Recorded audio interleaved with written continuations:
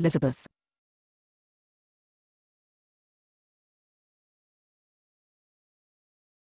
Amy.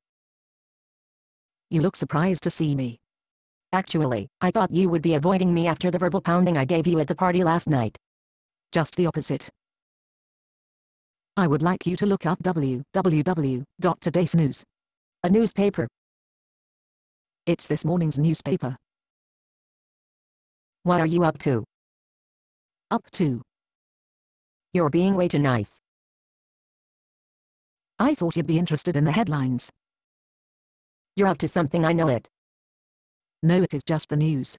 The news. Yes. It's just a newspaper. That's what I said. All right. You've got my interest. What's this all about? It's about the headlines. Train crash kills 12, injures dozens. Yes. What about it? Never happened. What never happened? The train crash. It never happened. What do you mean it never happened? It's in the news. Of course it happened. How do you know it happened? How do you know that the newspaper publisher is not merely making it all up just to sell newspapers? Because. Well, they wouldn't do that. How can you be so confident? Well, for one thing, they give eyewitness accounts of the event. They've got the train's black box, the data recorder.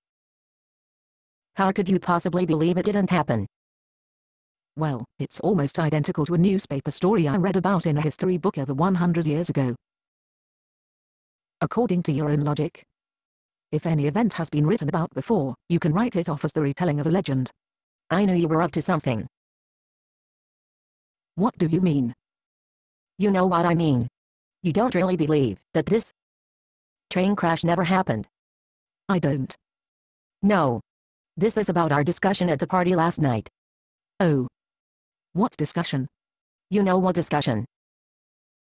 I used this same argument against the Bible.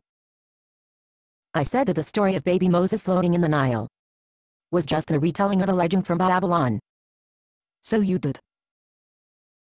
Well, it's not the same thing. It's not. No. How do you know?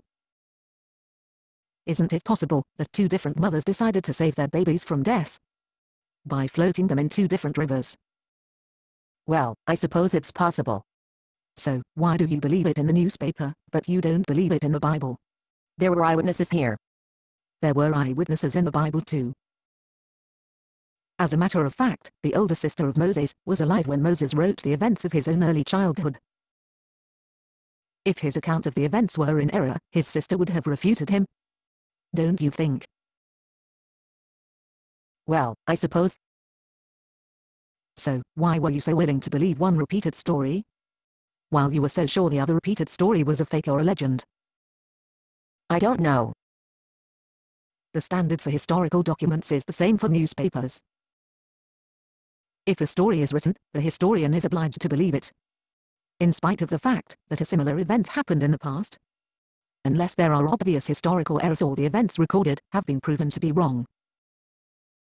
Do you have any archaeological or historical proof that Moses was lying or mistaken?